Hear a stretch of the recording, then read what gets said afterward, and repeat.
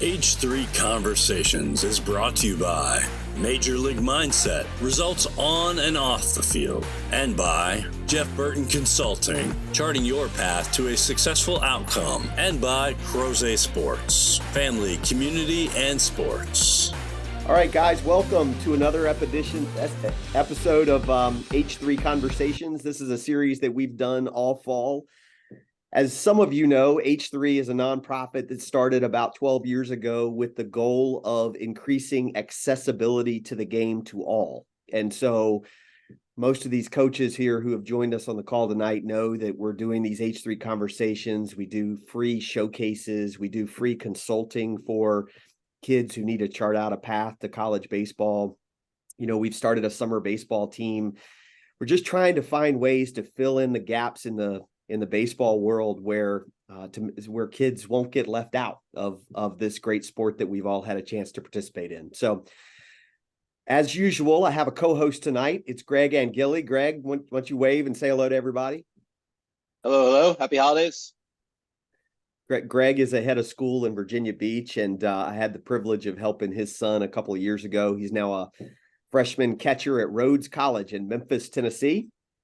And I want to introduce the three guests that we have tonight. All of you, I've had the pleasure of getting to know, and I'm going to have you each kind of introduce yourself. And while I normally go one particular route here, I think I'm going to go in the order in which I met you. And so, Barry, I was just telling folks that you were the first speaker to an H3 baseball team back in 2013. And the commonality here is that you are from Charlottesville, Virginia, where I am from. And so you happen to be in town. One of my assistant coaches at the time was a good buddy, and I think your double play partner maybe at Albemarle High School, and he got you to come over. So you were there at the very beginning. I'd love for you to just kind of give us a brief description of, who you are, both as a player and as a coach. And I got a question for you that I'm going to come back around to all of you with here in just a minute. Well, I grew up in Charlottesville, played, Little League, Babe Ruth. I played in Legion Ball in Richmond. Rich probably knows, maybe Jim even knows Ronnie Atkins used to be the head coach at University of Richmond. I played for him one summer, and that was a great experience. And went to Bridgewater College, got my master's degree at Frostburg. Got the head coaching job at Gloucester County College, junior college, and was there for 11 years, had some success, went to Georgia for 4, got the Rider University job 20 years ago. So I've been there for 20. I went to 4 years ago. I completed my work on my PhD. So 35 years of coaching and looking to continue that. And I'm interested in a lot of other things outside of baseball in terms of research and history and things that involve athletics in general, not necessarily baseball. But it's been an interesting ride, and it's been a lifetime. And right at this moment, I continue to love what I do. Wonderful. And you're a Green Bay Packers fan. You got it. All right. So second, I think it was 7 years ago, I got introduced to Rich Maloney through a guy who was, again, an assistant coach of mine and a former player of his named John Kessick. Great guy. Hopefully John will get to hear this at some point in time. Now, he is a Detroit Lions fan. I know that. And the nugget that I want to share is that the first year we worked together, Coach, you sent me our first 2 Ball State players ever. And they both turned out to be top 50 picks in the MLB draft 3 years later. So you got off to a really good start with me. And we've connected on a lot of different levels. But Rich, why don't you introduce yourself to folks? Yeah, I've been blessed. I've had the privilege of coaching a lot of great players. But anyway, I grew up on the east side of Detroit. Very humble beginnings. My dad was a machinist. My mom was a stay-at-home mom. My dad worked really, really hard, and mom just took care of the household. I was the first generation to go to college. That was a big deal to my parents. I went to Western Michigan University. I went as a recruited walk-on. I had opportunities to go on a scholarship player to smaller schools, but I had this dream of playing professional baseball. And the reason really why I went to Western Michigan, truthfully, was, believe it or not, in 1982, they had 9 players drafted. Wow. And I told my dad that's where I need to go because that's where they're getting seen. So little did I know, I didn't know how it all worked or nothing. So I took a leap of faith and sat out my first year, worked my tail off, got stronger, and eventually became a good player, and graduated in 4 years. Was drafted by the Braves, spent 6 years in the minor leagues. Played for some great managers, Brian Snicker, Grady Little, Buddy Bailey, all had influence in my life. And but my college coach had the greatest influence, Fred Decker, and still does to this day. He's like my second dad, and really one of the main reasons why I became a coach. But anyhow, I went to back as Fred's assistant after my pro career ended after 6 years. Making tiddlywinks, no money, $12,000. Got another degree. First, my communication journalism. Then I went into get a degree in teaching English and speech in case I couldn't find a full-time paid job. My wife was supporting me during that time. I had no benefits, and I finished that other degree. And then halfway through my master's, Western wasn't going to be able to give me a job full time. We had our first child, Alex, who's now my assistant coach, and he kind of changed the path in our lives. And so I ended up needing to get a real job. Was going to be a high school teacher coach, go back to Detroit area, and then Ball State called. First, I said no, wasn't interested, and because that had been away from our family in Detroit. And then all of a sudden it came around second time. I thought it was divine. I told my wife, I said, if they come knocking after you told them no, then you better think it's bigger than you. And so we went, and lo and behold, they picked us. It changed our life. So I was 7 years at Ball State. Then I became the head coach, lived the dream, coached at the school I wanted to go to, University of Michigan. Did that for 10 years. And then when that time ended, I came back to Ball State. It's been 12, so I'm 19 years. Barry, you're 20 at your school, and I'm 19 at Ball State, and I'm still enjoying it immensely. And so that's really been my career path. Oh, that's a wonderful story. All right. So the guy that I've only known 2 years, and according to the 10 years that you guys have had, you're just getting started, Coach Chester, and a Pittsburgh Steelers fan here. So we got a Green Bay fan, a Detroit Lions fan, and a Pittsburgh Steelers fan. Maybe we'll talk about that later. But Jim, why don't you introduce yourself, please? Yeah, it's been a tough week to be a Pittsburgh Steeler fan, but it's 2 losses in 5 days, as I recall. That's 100% correct. So it just but you know what? We'll just there's another game coming, so it'll all go away here come Saturday at 4:30. I'm born and raised in Pittsburgh. I'm actually here right now. I got in today to visit my dad for a few days before the holiday, and so spent like I said, majority of my life here. I played at Teal College, a small D3 north of Pittsburgh. I played for Joe Shawley, who's one of the better baseball families that are out there. His father was Don, who was won a gazillion games at Marietta, and then and his brother coaches at Ashland. And then, like I said, he was a big influence on my career, and he's the one who encouraged me to get into college coaching. From there, I was a graduate assistant at Seton Hill University. Right when they started the program, they're D2 powerhouse now. And then I got the job at Mercyhurst Northeast 18 years ago, a junior college that's no longer in business. It's not an institution anymore. And then from there, I got the head job at Penn State Greater Allegheny, which is in the Pittsburgh area. It's actually in McKeesport's, the town I grew up in. And D3 school. I was there 7 years and thought I might be there forever, and didn't turn out that way. And wanted to try to do something a little more, see if we could take it to the next level. I got the job at Lock Haven, Division II school in the PSAC. Was there 3 seasons, and then got the job at Barton in Wilson, North Carolina. My wife wanted to get south and get to warmer weather, and we got there, and was only there 18 months, two full seasons. And Gardner Webb came into our lives. The Lord blessed us, and be heading into my 5th season here at Gardner Webb. But fourth full. It's like I called 4 into COVID. So, so that's kind of my career path. So I've been really blessed to start at junior college level to D3 to D2 to Division I. Wow, what an interesting ride.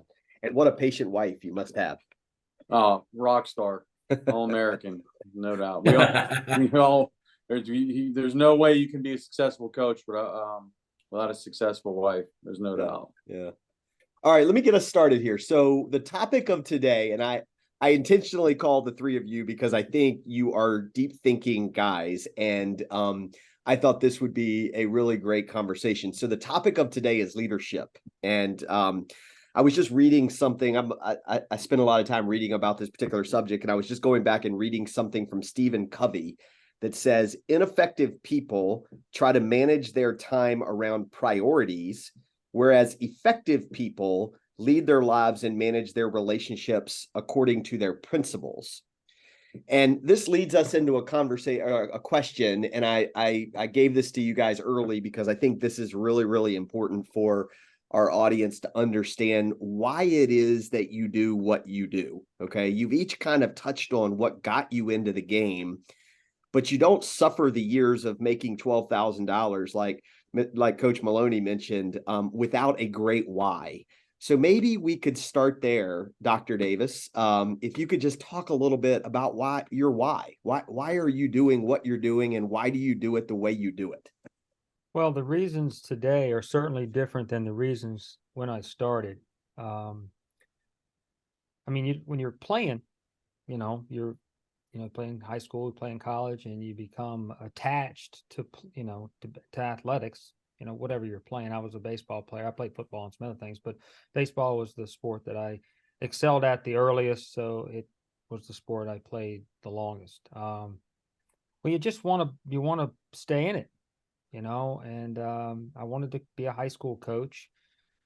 And somewhere between sophomore, junior year, maybe my junior year, I probably 1986, I just wanted to pursue a master's degree because I thought, okay, I want to coach in college. I mean, why do I want to go coach high school? No offense, high school coaches.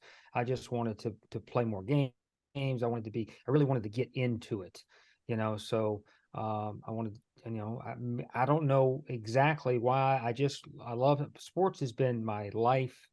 Ever since a little guy, 7 years old, I've been watching it on television. So I just attracted to athletics, and baseball was the sport that I played. It's not necessarily my favorite sport. My favorite sport is football, but to be a coach, and then somewhere, I don't know, in the 35 years, I'd say somewhere about halfway through there, I think I realized that I was affecting people. I didn't think of that at first. I mean, no offense. I mean, I wanted to coach. I want to win. You want to compete, and, you want to run a program. You have a vision. I know Covey has a vision, begin with the end in mind. I had all of that, Mm-hmm. So I would say somewhere between Ryder, right when I got to Ryder, I was starting to realize, because my players from Gloucester County at 1990, 91, 92, 93, so on and so forth, they were getting older.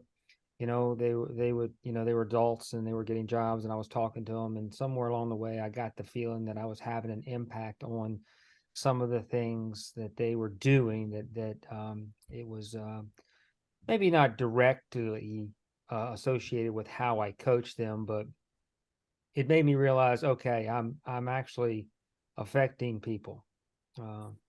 Maybe not sometimes I think negatively, as a young guy, you're not emotionally intelligent as I would consider myself now because of experience. But I think I look at myself now as someone who wants to develop leadership amongst my coaches and amongst my players. I'm able to delegate a little bit more. I'm able to, with confidence.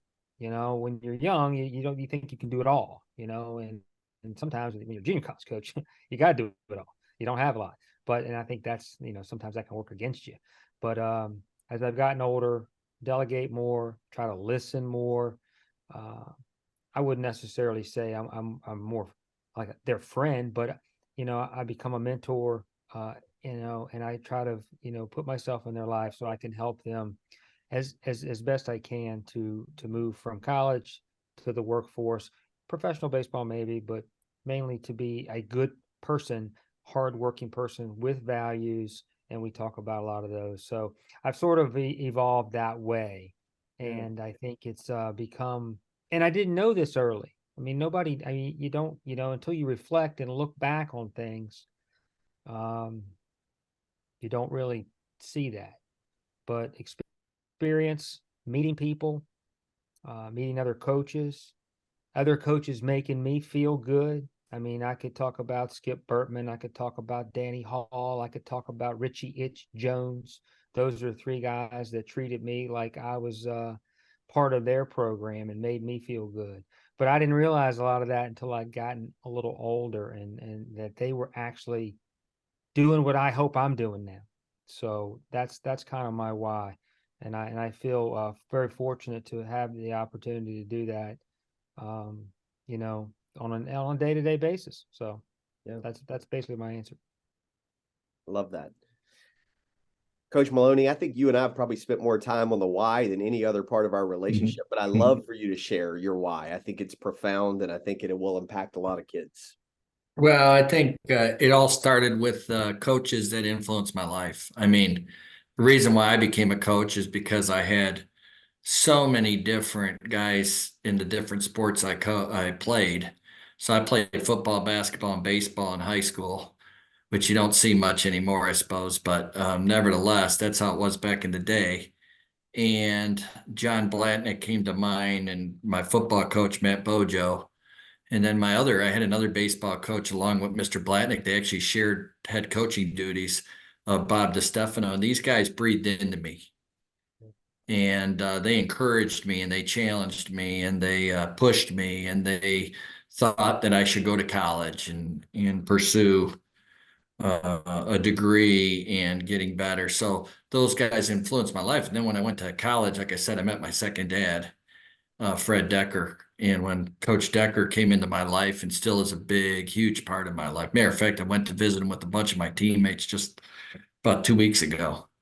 We make a pilgrimage over there to see Coach because he influenced our lives. And then even Grady Little, I had my team out in Charlotte playing to open up the season last year, and Grady came and spoke to the team, and we went out to dinner together because Grady, different than most minor league experiences for players, Grady saw something in me to possibly be a coach, and I would ride with Grady separate of the bus, which was very not during that time. That was just uncanny. But he would talk to me about the game and influence and stuff. So anyway, all these different people influenced my life, and so I wanted to be somewhat like them. And the reason why I coach is to mentor, to add value to people. And I've been finding now, like Barry says, later in our careers here, it's kind of come full circle now. When you're young and a little naive, you learn a lot through experience. And now the joy of coaching is really being able to have impact. Just yesterday, ironically, my son and I are out of town right now, one of my sons, and he said, "Hey, Dad, let's go back and play the 207." He goes on YouTube. They got your 206 highlights of your Michigan championship team. I never seen them. And we watched for an hour and a half these highlights. And then I texted all those boys. I put them on a text just to say, "Hey, guys, I was watching the video," and a reminder. And then you get opportunities now to continue that influences in a different way if you've had impact. Because they're at different stages in their lives, and you get to share in their joys, and sometimes you get to share in some of the pain that they experience in life that we all go through. It truly is because of the influence of the other coaches that came in my path. I wanted to be like them, and I just want to try to add value to as many of them as I can. Love that. Thank you. Hey, Jim, what about you?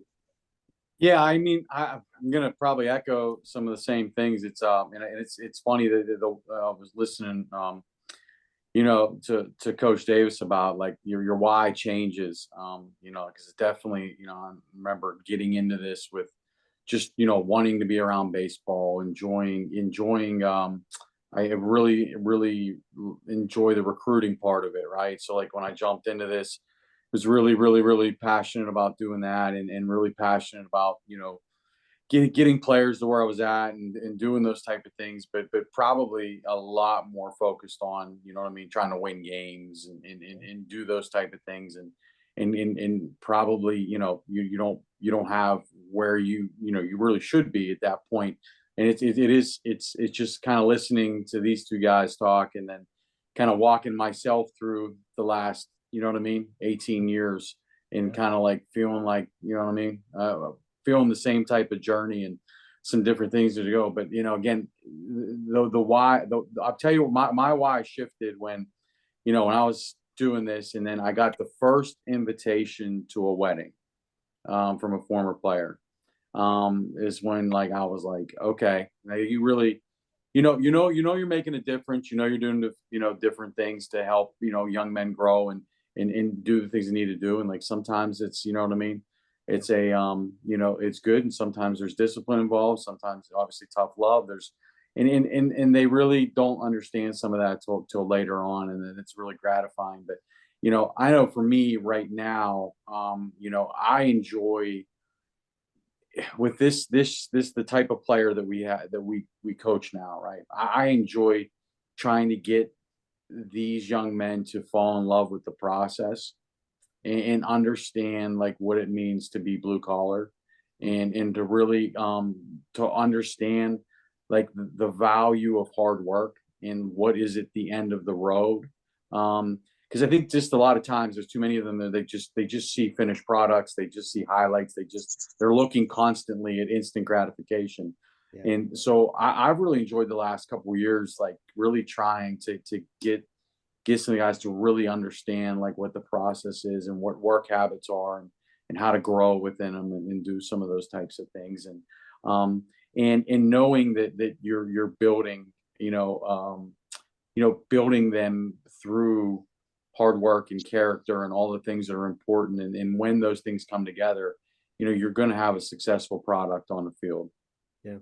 What occurs to me with each of you, that when you're young and you move from a player into the coaching world, you've gotten really good at the player thing, but you've never done the coaching thing. I mean, somebody may have observed that you could potentially be a good coach, but it's kind of like when you have that freshman player show up on your campus and everything's just really fast for him. And as a new coach, you're competitive because you were a competitive athlete. You were probably a very good competitive athlete. You've never done practice plans.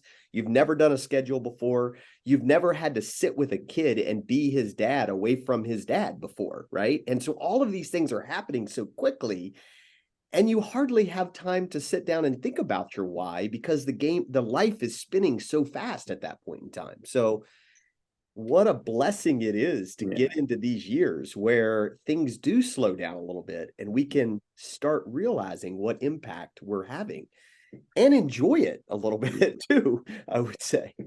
So, well, I got a head job when I was 26. So like, I remember, I think back and going, boy, I mean, if like everyone at 26, I knew everything. I knew everything. And then I really look back and I think about it, I go, I really didn't know it. I knew nothing, let alone what my why was. Yeah. Mm-hmm. You know what I mean? So, you look back and you reflect, and that's, I try the best I can now, because I'll get a lot of questions. I get a lot from young coaches. I get like, oh, how did you get into it, and how did you advance, to the Division I level, or whatever it might be. And like, and I have to I'm like, well, let me sit here and tell you everything that I screwed up from 26 to 40.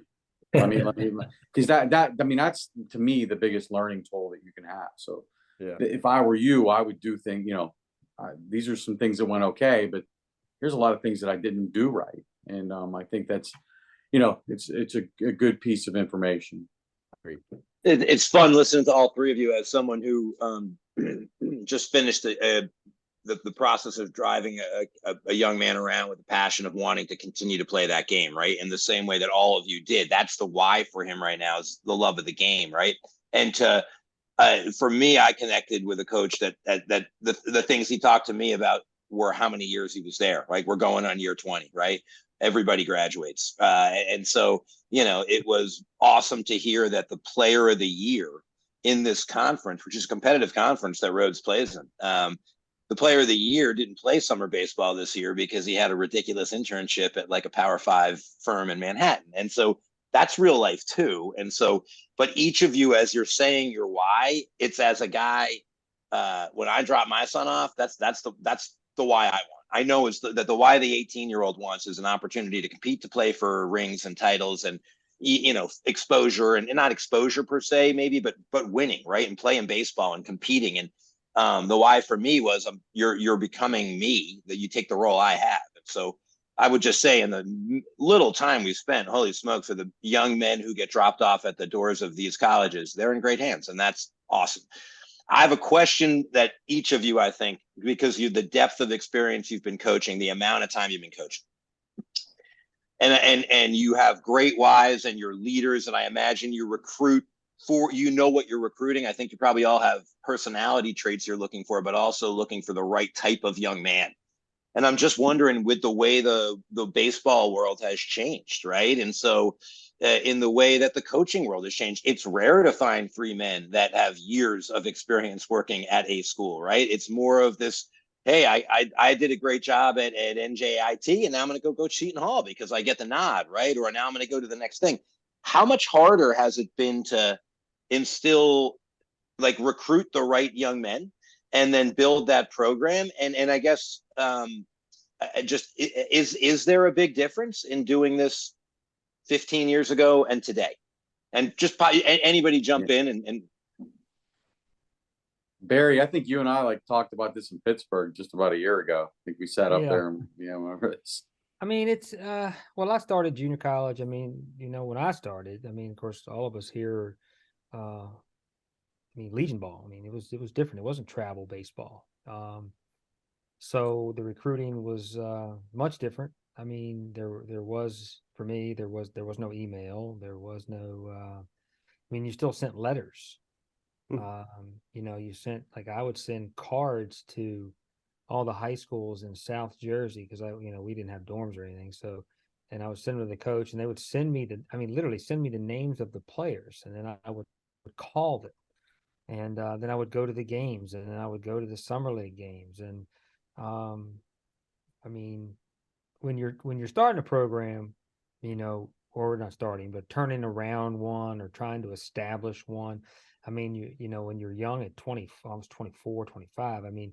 I just wanted talent. I just wanted guys who could play. I wasn't really thinking about character. That didn't even come across my. I guess if the guy was in really in trouble or really a problem, I never felt like and if he didn't follow the standards that we had, we had rules then. Now you have standards. These are the rules. You can't do it, you get rid of you. We won scholarships. So I had 57 guys on my field, my first recruiting class. So I was just accumulating people, and then you just kind of weeded through it, and that was sort of like how we did it. But as I went to Georgia in 2000, and come back to Jersey. Travel ball is big, but now, and I'd say now in the last decade, you really got to bring in good people. You're not gonna win big games without good people. And I've played both of these teams, and they have good guys, and they have good people, and they're outstanding coaches. So you're looking for character, you're looking for work ethic. There's a couple kids along the way that maybe don't have the discipline or don't have the self-discipline to be a great student, or to be a player that's just going to be a gym rat type guy for whatever reason. But he has talent, and you see something in that kid, so you feel like you can make an impact. So, but for the most part, good people, you win with good people. Kids you can coach, kids that are coachable. And it's a lot of trial and error, because not everybody you bring in. I'm sure Rich could tell you, he brings in a guy every year and he goes, he's going to be this and that. And he goes, this ain't working. Maybe I'm wrong, but I always seem to have one or two. It's just like, we thought they fit, but we don't have a combine. I mean, even the pros don't succeed. We can't sit in a room with them that long. I mean, you can nowadays the kid wants to make a decision like yesterday. So there's a lot of differences. I think at the end of the day, one for me, it's patience. Okay, be patient. The kids will be there. Two, you get people that want to be at your school. They want to be there. You don't have to convince them to come. And then you look at the other, the values and the character and the work ethic and the talent level and, their upside and all of those things factor in. But that's kind of how I see it. Love it. Maybe either one of you, if either one of you want to jump in and just say transfer portal made things significantly different. Are you when you're coaching at programs and you're building those character type young men? I just wonder these days when I'll look at football. I watch my Demon Deacons and like our entire wide receiver core left, and it breaks my heart, especially when they go to teams in the conference. So as you're recruiting young men, I guess it's not something you can ask, like planning on sticking around for 4 years. But has that changed any of the nuances of what either of you do when you go out and look at players? Or, for a high school player who's sitting here who watches this and says, what's a college coach look for now? Why would they even look for a high school kid when they can probably find a 22-year-old version of me? Well, you got to find a balance for your team, because teams are staying older now because of the transfer portal. And the teams that can stay older with successful guys are going to be better. I mean, would you rather play a 22-year-old or an 18-year-old? I mean, in most cases, let's just be honest about it, from that experience that you see with the coaches here. So a lot of the Power Fives in general are staying older now. That's their niche. I try to find a balance, because for me, again, it goes back to my greatest joy in coaching has been spending the time watching a guy go through the process, like Jim said. That process, if you stay with the process, we've had the privilege of taking so many kids that were undrafted and then became draft pick, and several of them, believe it or not, became millionaires. And that's from coaching wise, to watch them develop. When you actually play a role in having them, I've had guys come back, and this is one of the greatest joys of coaching, is to say, hey, you believed in me more than I believed in myself. So you set a vision for me that was greater than I didn't even see it. Now, that doesn't always happen, but when it does, it's like gold. And now what they're doing with the transfer portal, guys can just bounce, and they always think it's greener on the other side. And what you're finding is that portal still has a lot of names in it of guys who left their schools and they didn't find a better situation. They got stuck. And so it's not always better for a certain amount of people. The high-end player or whatever, certainly they benefit financially or something. But in general, there's a lot of people that get stuck. So for me, I'm kind of looking for the player truthfully wants to make a commitment, honor that commitment to the best of their ability. And I get it. It does benefit some people without question. But we want guys who really believe in who we are, in what we do, and want to be part of a team and be a great teammate. Because I think there's a bigger picture out there. You're not going to play baseball past the age of 30, even if you're great, realistically. So you go to college to get an education and to learn the things in life that will help you to battle through the tough times that life's going to bring, no matter who you are. So and that's what our job as leaders and coaches is try to breathe into these kids. And if you only have them for a year, you didn't get a chance to really breathe into them very much. I love it, man. I wish I could play that on ESPN in a loop for the next 5 years, Coach. That's it's exactly what I think college athletics. I'm all for the opportunity for young men to make money, right? There's opportunities there, but you're right. That mentoring does not come when you're a fly-by-night first baseman for school X, school Y, school Z. Great, you might have 4 college World Series appearances, but I think you're missing out on the life lessons men like you provide, and the process provides. There's nothing wrong with that. One other thing, Greg, I would say to that too, is I always tell the kids when I recruit them that when we actually bring them all together in their freshman class, So we're still taking predominantly, believe it or not, we're still recruiting freshmen kids. So we're doing a lot of that. We are having transfers our turnover is greater now because of this portal for all of us. Instead of having 8 guys when Barry and I started in a class, now you're getting 14, 15 guys. It's just the way the business is. But I always tell the group when the young kids are there, I always say, hey, one of these guys right here is going to be the best man in your wedding. You ain't getting that if you don't stay. Yeah, I couldn't agree more. Like, it's just incredible. It's just such a neat thing to watch. And I'm so fortunate to watch my son joined a group of freshman guys that I think look at each other and say, like, whoa, we might be something pretty ridiculous as a team in a few years, just this group of guys. Right. And so that's exciting. Coach, how about you with the depth of the experience at the different levels? Maybe tweak the question a little bit, the different levels of recruiting now that you're recruiting at that D1 level. Has it been harder? Do you now feel even more pressure to win? And maybe does that sometimes that pressure to win, as we talked earlier, you're looking, the doc is just looking for the guys who can swing the bat in fields early. It's not that character stuff as he's starting to do that part. How's that pressure on you right now as a new D1, not new, but as at the D1 level, did things change? Yeah, I mean, they definitely do. It's funny because, I feel the same pressure today that I did 12 years ago as a D3 coach. But the reason 12 years ago, no one really cared if we won or lost other than, I put all the pressure on myself. You know what I mean? The school I was at, just want to make sure we hit our number and we were doing okay and all that. But I was trying to win 40 games and I was putting that on myself. So, I still feel the same pressure, you know what I mean? But again, no, I mean, it's like I said, it's, again, I think it's a real blessing where I'm at. And there's definitely an expectation to win baseball games, but also too, there's an expectation that we're living out the mission of the school. And then we're doing the things, from a faith component, from an off the field component academically and in the community and everything. There's a whole package piece to it, but when you win too, it also helps everything that goes along with it. When you win a few games, so there's definitely the piece to that. So it's but no, it's sometimes I find myself being more of a small school advocate than I am actually of the level that I coach at, because I have the best memories of my life as a player and coaching, and we're at the Division III level, the Division II level, and I stood across a lot big leaguers in a lot of the D2 games that I coached in.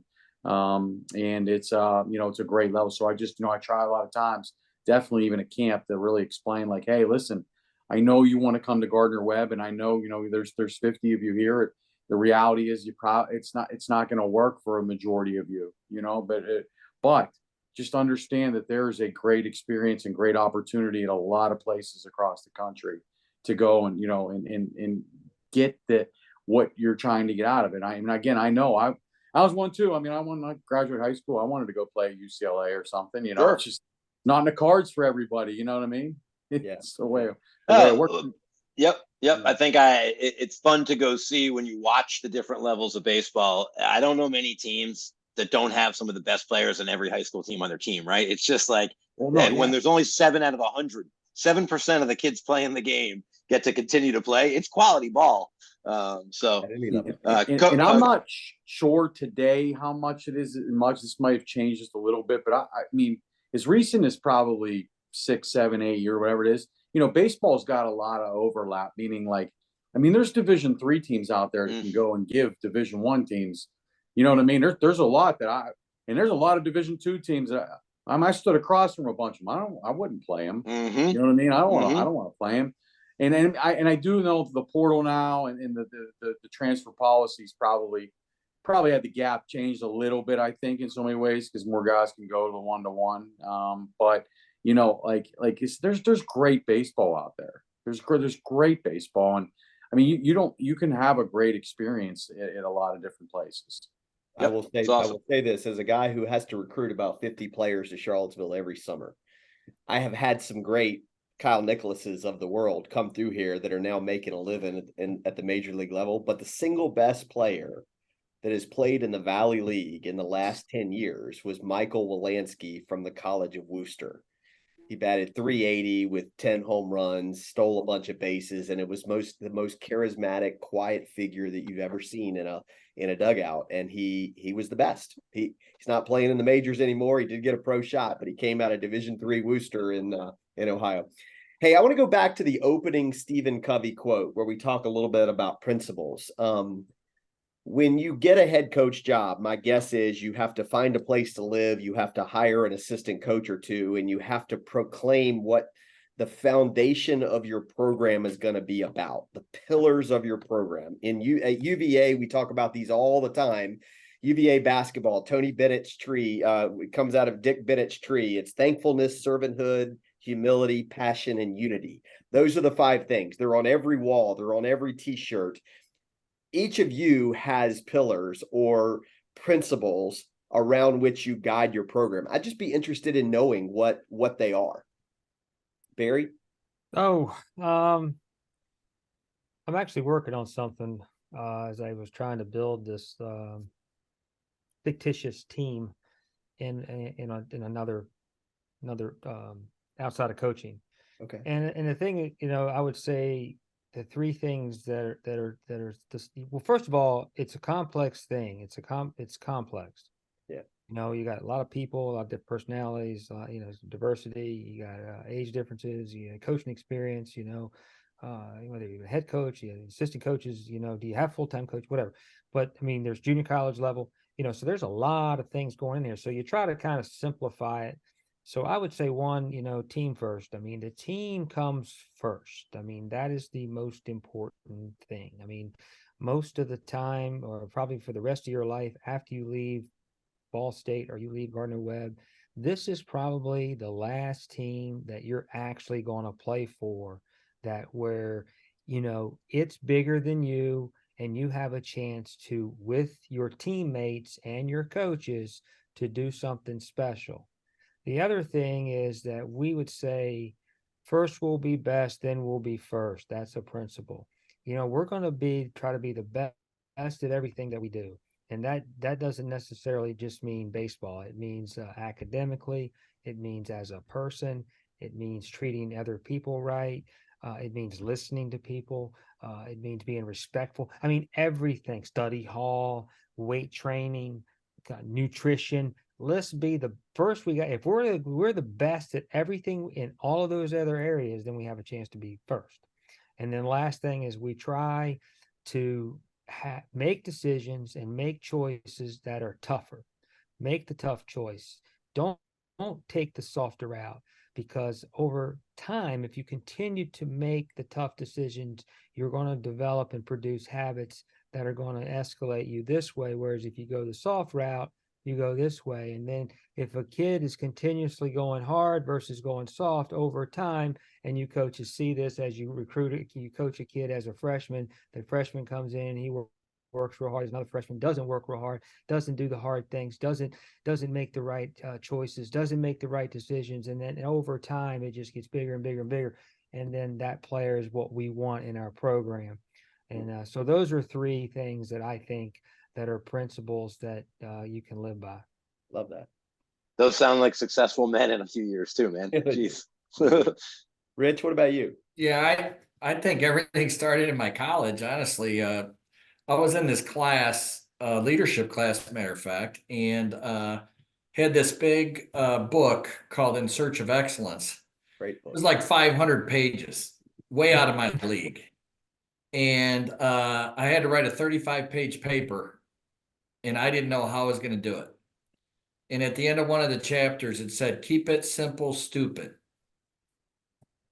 I never, ever forgot it.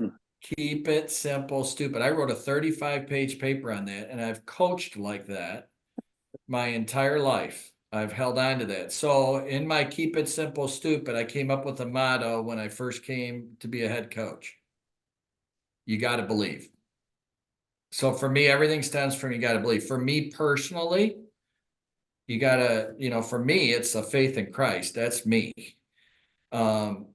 So for me, it all stems from that. Everything that comes through me is from that premise, that simple premises. That's where everything about me, that's where the heart of me is. I think if you're going to have a successful program, your players have to believe in each other. They got to believe in themselves. They got to believe in the coaching staff. And when all those parts come together and you all believe in those things, then I think you got a real chance. Then your character is going to come through. We recruit guys who are gritty. Here in our program, it's grit. Now, I know it's become a kind of a popular thing, but I got to be honest with you. I've had this thing for 30 years.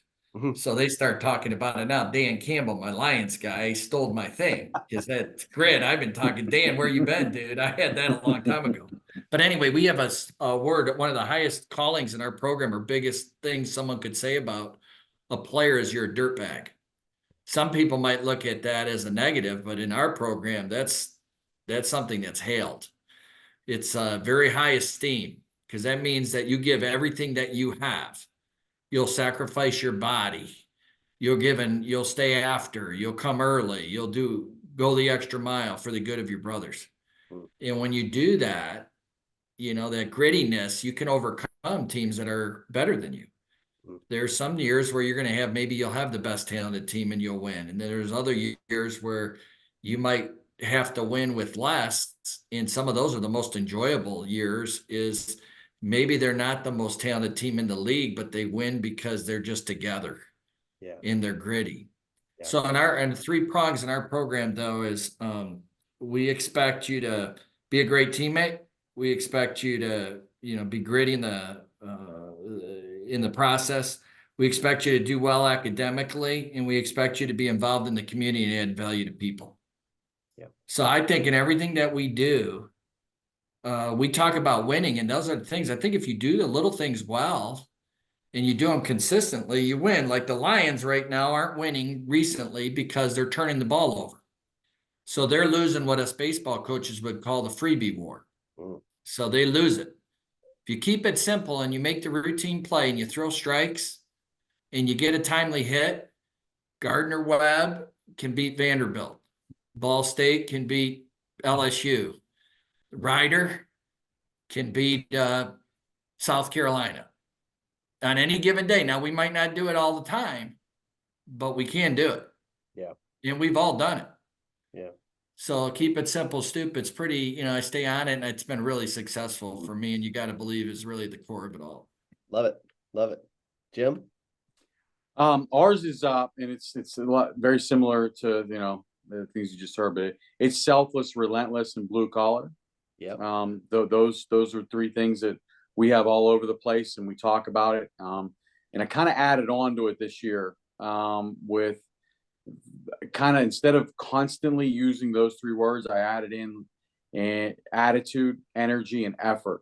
So we talked a lot about like the attitude that we have, and we want to have a great attitude every single day. We want to have a great energy about what we're doing on every single, and give great effort. And it's just the one thing, is we try to talk to our guys a lot about, like, there's so much that we can work on, right? There's physical skill and all those type of things. And some guys can do things better than others. Different guys have different exit velos and spin rates and whatever it might be, but we all can have a great attitude. We can all bring great energy, and we can all bring great effort every single day. And it's the first time I've kind of used that message along with selfless, relentless, and blue collar. And like I said, as I've been here, like going to my 4th full season, and, a lot of guys hearing the same thing over and over, I kind of wanted to switch up a little bit, while still implementing the selflessness, the relentlessness, and being blue collar. So that's something that I feel like I had a little more ears open than before, just kind of understanding. And then I would, because again, as we all know in coach, it's not, especially in the fall, it's not all happy-go-lucky the whole entire fall, and there's not a great attitude and great energy and great effort every single day. So I feel like we did a good job of kind of pointing out when it was really, really good, and showing the results, and showing when we could have been better in some other areas and what the results were. And I felt like there was growth through that piece, and hopefully going to roll that into the spring. Wonderful. It's funny listening to all you guys. I was a high school coach, but I jumped into coaching a women's basketball team, girls basketball varsity team, and we couldn't throw the ball out of a boat into a body of water. But I have never in my life, both as a head and then I happened to have an assistant coach who was just a better person to be the head coach. And I stepped away and said, you be the head. Let me learn from you in the world of basketball, right? Like, you should have got the job. I got you as an assistant. You lead. Let me follow a little bit and micromanage some aspects of this, but you should launch your coaching career. And I've never worked with a group of young women. I mean, we would get run off the court at times, but the effort, people would come to the gym to be like, you can't play defense that hard for 32 minutes. But that's all we could do. That's all we could promise each other every day in the locker room was for the times we didn't have the ball, we'd make it as tough as it could for the other team to score. We had trouble putting it in that basket, but we also prided ourselves on what could we hold the team to, right? And it's fun to see that in all of you guys you revel in some of those gritty moments where it isn't the team with the most talent. It's the team that looked at each other and found a way that reminds you like what the joy of some of what that process is, right? And so it's cool, really neat. I think all of you have programs that young men should again, you're not Power 5 programs, and it stinks that the world is so geared to doing that. But that's what I love about the college athletic scene, at least with baseball. It is on any given day, and that's why I think the sport is just growing so much in popularity right now. So really exciting. I know, Jeff, probably we got maybe one more quick question. Do we have time? Yeah, and there were some things that I wanted to get to, but I think sometimes we learn the most through our trials, and I'd love for you guys to address this before we leave. Maybe the toughest moment in your coaching career and how you led your team through that moment. I think that would be a really interesting question for you guys to address. And as I look at Barry looking up in the sky, you're thinking of something. Coach Maloney, can you think of something first? Yeah, I have a few, but be real short. I'll just use this year as one. We had some injuries. We were battling for the regular season title at the end against our rival, my good friend Jeff Duncan and Coach Birkbeck over at Kent. And we went into the last weekend. We would have had to win all 3 at home to be able to beat their great team. And in the first game, in the second inning, they already had a 5-run lead. We didn't have enough pitching because we had some of our stars were on the DL. So we knew we weren't going to win that, but we had the tournament coming up. So I've never done this before, but I basically threw in the towel. We didn't quit. We kept playing, but I set up my pitching for the tournament. And I told the boys, I said, they're going to celebrate on our field. This is a true story. They said, they're going to celebrate on our field. And then we're going to turn around and celebrate on theirs next week and go to NCAA tournament. It was really painful because at home, we're probably 80 some odd percent. I don't know. And we got whooped. The score was, listen to these scores, 29-11, 14-3, and 11-5 on senior day. But by golly, if we didn't turn around and flip it. So what we did is we went on that Sunday, we were all embarrassed. We were all hurt. We played wiffle ball, including myself out there. We're all playing wiffle ball, the coaches. We set up teams competition. We played wiffle ball on the Sunday after getting annihilated. The next day after that, we went to the Canton Football Hall of Fame, the Pro Football Hall of Fame, and we walked around there. And we had a good practice, good dinner. We were very focused. We flushed it, and we were on a mission. And by golly, if we didn't win all 3 of the games, and went to the NCAA tournament. So in the storm, it was all how we handled it, honestly, as a group. Yeah. And we stayed together. And I think that's one of the toughest challenges in our coaching thing is you're going to have times where things aren't going to go your way. And how we respond to them is going to have an effect on our team. I can tell you this, when I was younger, that would have not been the response. And we would have lost, truthfully. Yeah. That is so true. And you would, and when you're young like that, you would have thought you were doing the right thing, and you wouldn't have, and even if you would have lost, if you handled it, the 180 that you handled this year, you would have never, we'd have figured it out eventually, but you wouldn't have gone home and said, I wish we'd have played wiffle ball. I wish we would have gone to, and went to, to Canton or someplace like that. No way. No Nope. way. I'd have been mad. Oh. Right, Jim? I was mad, but I had to. No, that's a great. I enjoy listening to that. That's interesting. Jim, can you think of one? A really tough moment and how you led through it? Yeah, I mean, for sure. One thing sticks out for me is so when I was at Lock Haven, the program was not in a great place, so I took over. I mean, I forget how it was, like 5 wins a year, something like that. And we made some improvements, like 14 wins my first year, 21, and then my last year there, we won 32 games. Swept Westchester, who won a national championship. We just, I'm reverting back to some related. Like, I was so close with that team to this day, a 2017 team. Those guys, I hear from those guys constantly. They're an awesome group. But I mean, I thought I was a man. You know what I mean? Kind of like we set the school record for wins. You know this thing, and I got hired at Barton, and I went down there in December.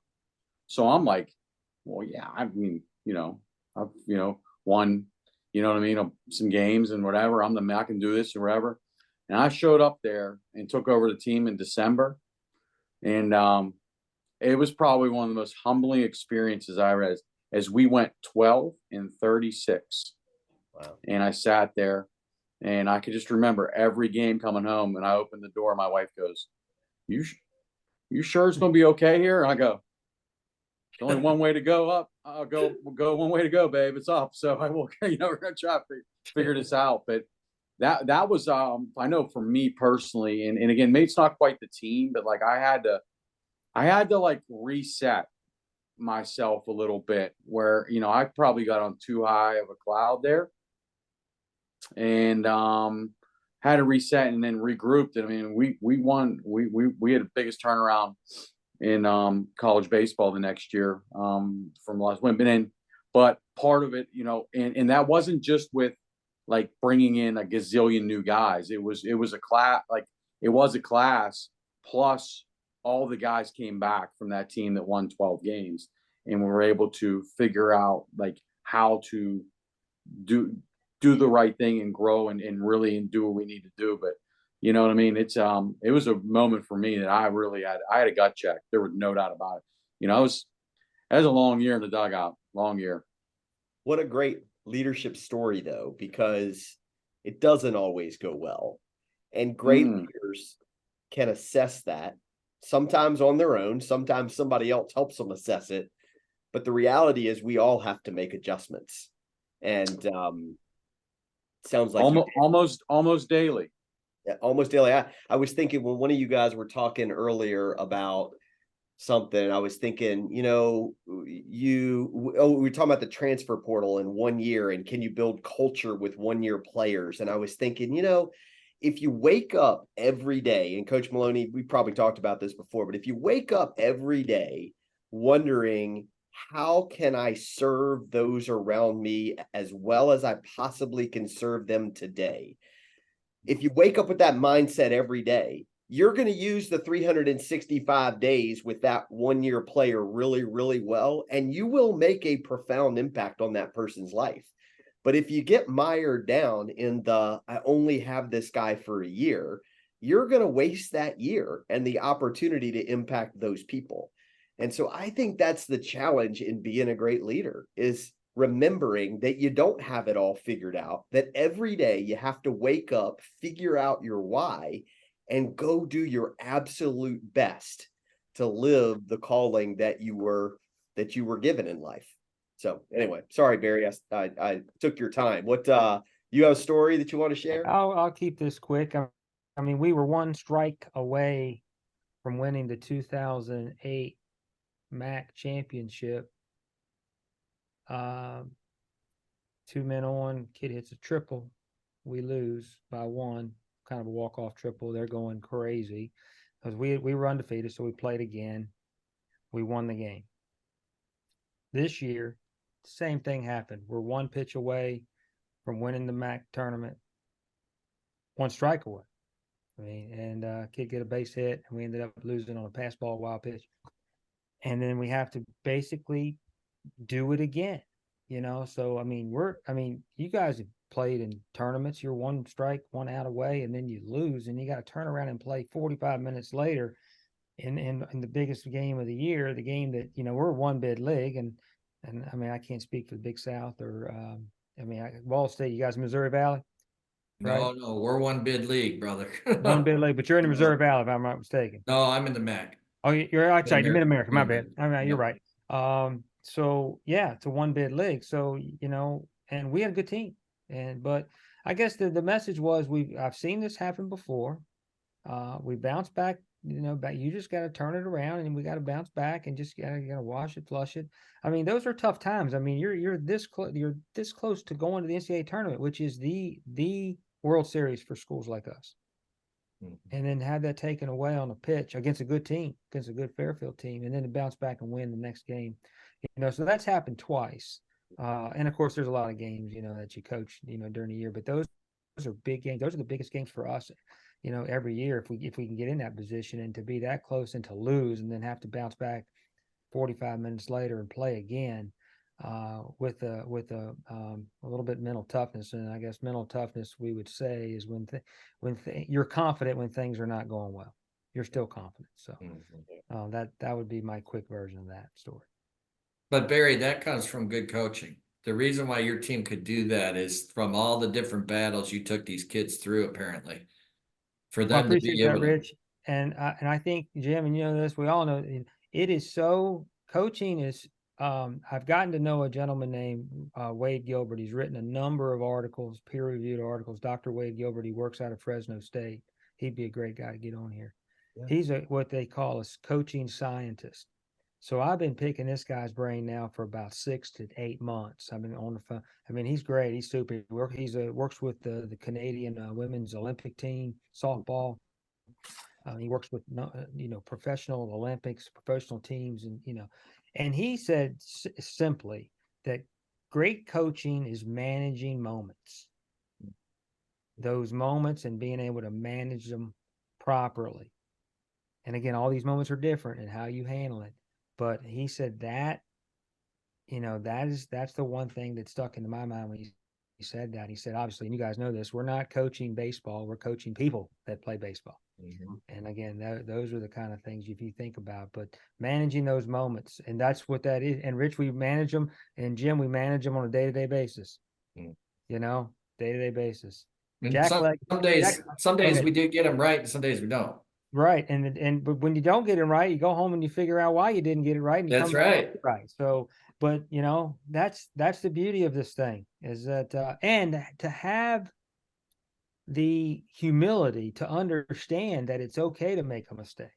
Mm-hmm. And I found that when I admit my mistakes and I admit them freely, that when I was younger, I didn't do that. I would never do that. They feel safer when they make mistakes. And it's easy for them to say, Coach, hey, my bad, my mistake. Hey, you're all right. We'll pull together. So it's really fun. It's kind of a dynamic in how you can, you can really do the right things. But managing moments is what Dr. Gilbert told me, and I he's right. He's right. And so I try to hang around as many smart people as I can. Like tonight, I mean, you guys are all smart than me, so I try to be in here and learn all these things. So. That's what's great. It occurs to me at the end of this conversation, and I wish we had another hour, but we do need to get to an NFL football game, and I need 3 players to play really well to beat my wife in a fantasy football league. But you guys, I believe that we're stewards of the things that are in our lives, right? Whether we're the steward over a baseball team, we're the steward over our families, you're the stewards over the young men that have been entrusted to you. When Greg Angilly drops Cooper off in Memphis, Tennessee, in a city he's never been to, he is trusting Jeff Clientes to steward over Cooper well.